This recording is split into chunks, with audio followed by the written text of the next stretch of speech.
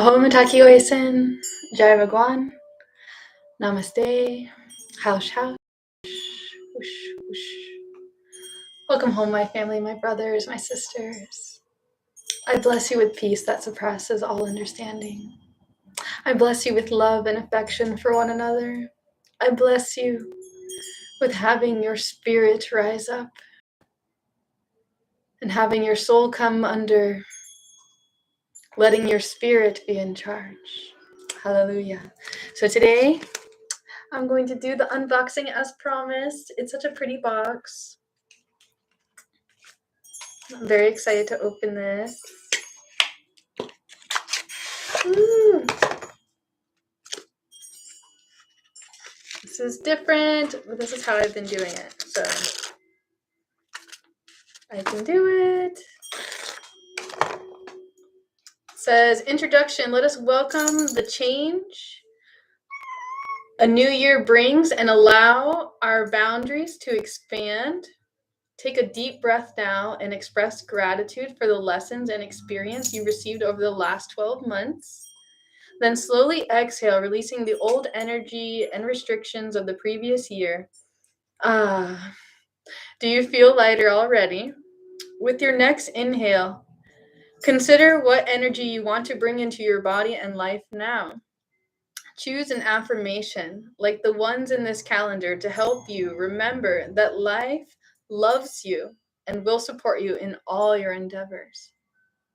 After reading each day's affirmation, take a moment to let the truth of it into your heart. Allow the energy to permeate your entire body and your day.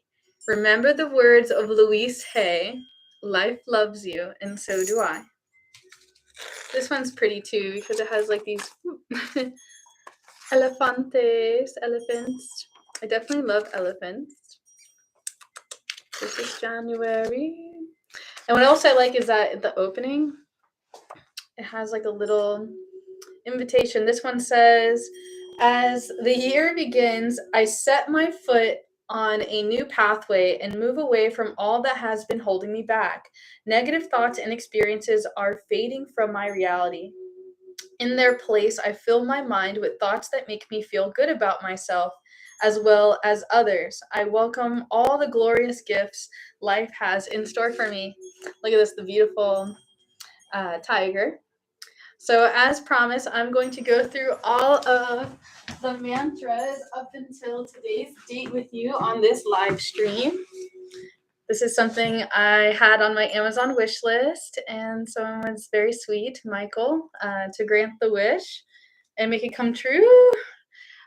This one says, as I change my thoughts, the world around me changes. I really love this one. I might hold on to this one for a while. I no longer use the word should. I refuse to make myself or others wrong. Another great one. It is safe to look within. The inner creates the outer, always. I share kind, loving thoughts with everyone in my life. I think this is a great one for anyone who does the opposite, because we can work with this until like we're there. You know what I mean?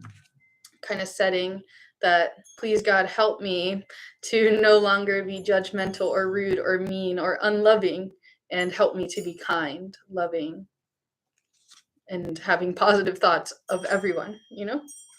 This one says, I make healthy choices as I have only respect for myself. That's definitely a great one too. I see abundance radiating all around me. I now live in limitless love, light, and joy. Oops. Try to hold them up a little bit for you. Every thought I think and every word I speak is an affirmation for my future.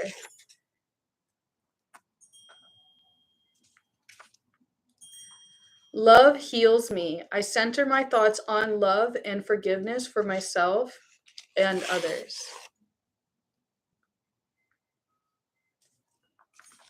Forgiveness is a gift to myself. It is easy and rewarding for me to forgive. I love the giraffes. I wonder if this one, in the last one, they had like a lot of repeating photographs. And in some cases that was awesome, but it looks like this one has a lot of new ones. That also kind of makes me sad though, because I love giraffes. Okay, so this one's January 10, and it says, I help my body, mind, and spirit live healthfully by creating a loving atmosphere around me.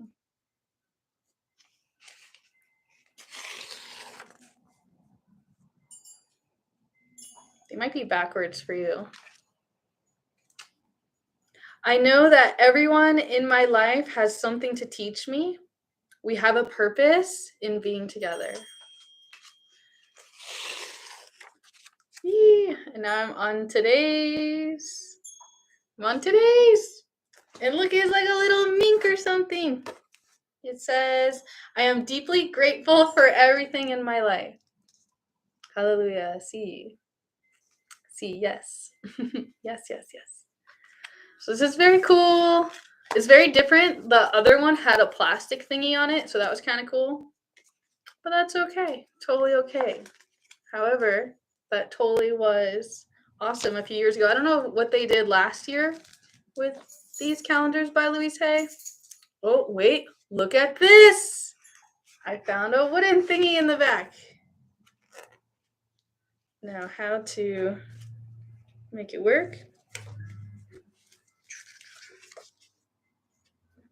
I don't want to like break it. Oh, I did it. It's kind of mentally broken. Like little things came out. Okay. Does that mean I'm supposed to rip off the back? I don't know. I'm gonna keep these things on right now until I figure out how I want to use this. But look at that. No plastic. That's kind of cool. Some of these are totally worth keeping. Some of these are totally recycle. This one is recycle. Before I recycle it, maybe I should show it if I didn't. I can do it. Love the lotus. What, baby? Huzzah! Beautiful, beautiful. Again, love the tiger. Love the photography. Love the affirmations. Really looking forward to using this. I also want to take a moment to say thank you to Thomas. Thomas! Oh. Thank you. These are super duper duper thick gloves. And what happens here in Washington is not only is the snow cold, but it's very wet. And so it's not very easy to touch and grab and be active without having waterproof gloves, which these are. At first I wasn't sure if medium would be a good fit, if it would be too big, but it seems to work out pretty good. There's definitely space up there, but what happens is there's like a lining on the inside, and like that kind of ends somewhere. So seems to work. I'll have to experiment with these. I definitely have tiny hands. It seems like the fleece or like the lining inside is stretched out as much as it can go in the pinky. I'm gonna try to use like a longer finger to see if I can get any more wiggle room or expansion for that little pinky.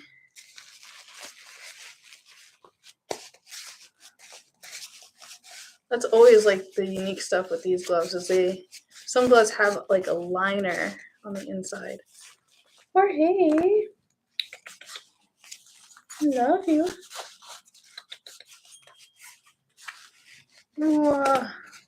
Maybe it's like a break the gloves in kind of thing.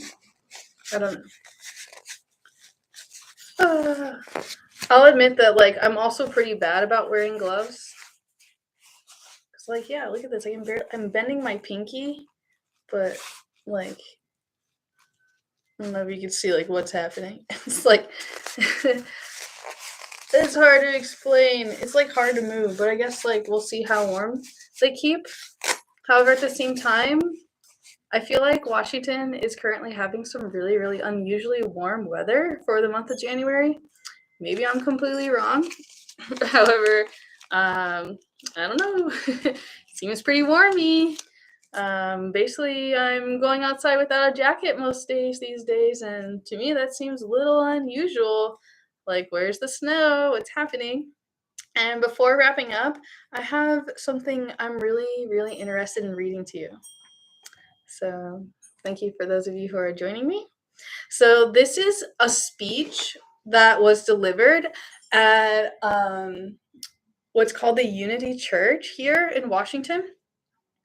And it kind of inspired me when I heard it. And so I have the intention of reading out loud to you what was shared there. And the title is Native American Connections Committee Anti-Racism Moment. And this was written on 1/8/2023. If not announced on that date, I don't really know. It doesn't have any information who did this. It says, by any statistics or lived experience, the traumatic effects of Indigenous peoples from the Christian doctrine of discovery and national policies of manifest destiny, removal, assimilation, and conversion is undeniable. When a seemingly endless and overpowering force of people confronts a group of people already in place with the articulated purpose of destroying their culture, the inescapable result is cultural trauma. The only question might be how long the destruction will take. For cultures that were in existence for thousands and 10,000s of years, it's reasonable to expect that when they are dealt a killing blow over a span of 50 to 60 years, the death, even a speedy one, will take 3 or 4 generations. It is useful to wonder what we would do if 5 years from now the American culture was suddenly subdued by another culture that believed theirs was superior way of living. Their God was the one true God. Their language, the only worthwhile speech. Their history, the only history that mattered. It's a helpful exercise to ask ourselves what would happen if this young American society suddenly was rocked by cultural trauma. It's almost unthinkable, but suspending our disbelief for a moment to consider what would happen to our grandchildren's children if in the span of the next 50 or 60 years a killing blow was delivered to the way of life we now know is an edifying challenge. We would no longer be allowed to speak English in schools, offices, stores, everywhere. All communication would be conducted in some new language we didn't understand. Our laws would be swept away. No more regulations, acts of Congress, municipal codes, laws as we know them. Everything would be done according to some new legal system that we didn't understand and that was created and enforced in someone else's favor. Our religions would be abolished, our places of worship destroyed, our rituals banned, our gatherings or practices would be illegal. There would be no more in God we trust on our money. In fact, there would be no more money. This new currency would be in the hands of others. Our wealth, our bank accounts, our property, our belongings would suddenly be of no value to us. Most of our remaining fortunes would be taken from us. Our standards of beauty would be ridiculed. Our art would be trivialized. All our place names would be changed. Our own names would be changed. Our children would be taken away from us and sent far away, where they would be forced to forget English, forced to dress in someone else's fashions, and forced to learn trades that prepared them for servitude. Taken from our influence, they would be given unpronounceable new names in a foreign language. They would not learn the history of their country. They would not know who they were related to. They would receive the strong message that whatever they did, they would never be as good as those who were members of the dominant culture. Taken from us at early ages, they would not learn how to parent. Their children would receive the same negative cultural messages. Before long, no one would be learning English as a first language. Before long, our legal and educational and spiritual and social systems and beliefs would disappear. Before long, only a few old ones would remember how it used to be. It would be useful to wonder what we would do if 5 years from now the American culture was suddenly subdued by another culture that believed that theirs was a superior way of living. I found this to be astounding and frankly very emotional, because it really pulls you deep into what has actually happened and what we actually have done and what responsibility we have right now to appreciate others' standards of beauty and others' form of art, others' form of loving God and connecting to God and valuing God's creation and all of these things. I think it might be good to come back another time and to reread this at another time, if not stage a video just for the announcement of this teaching. And I'm also pondering sharing this in another, maybe in a text or somewhere where I am not limited to the amount of characters that can be used in the typing. Yes, I love you. There's nothing you can do about that to take my love away. I will be back with you soon. Ho'oponopono, Jai Bhagwan, Namaste, Haush Haush, whoosh, whoosh, whoosh. Sana, sana, sana. Ask God for help. Do not be shy. There is so much mercy, so much grace, and so much love if you choose. Even if you don't choose, it's still there waiting for you in your own time. Shanti, peace. Peace be upon you and with your spirit.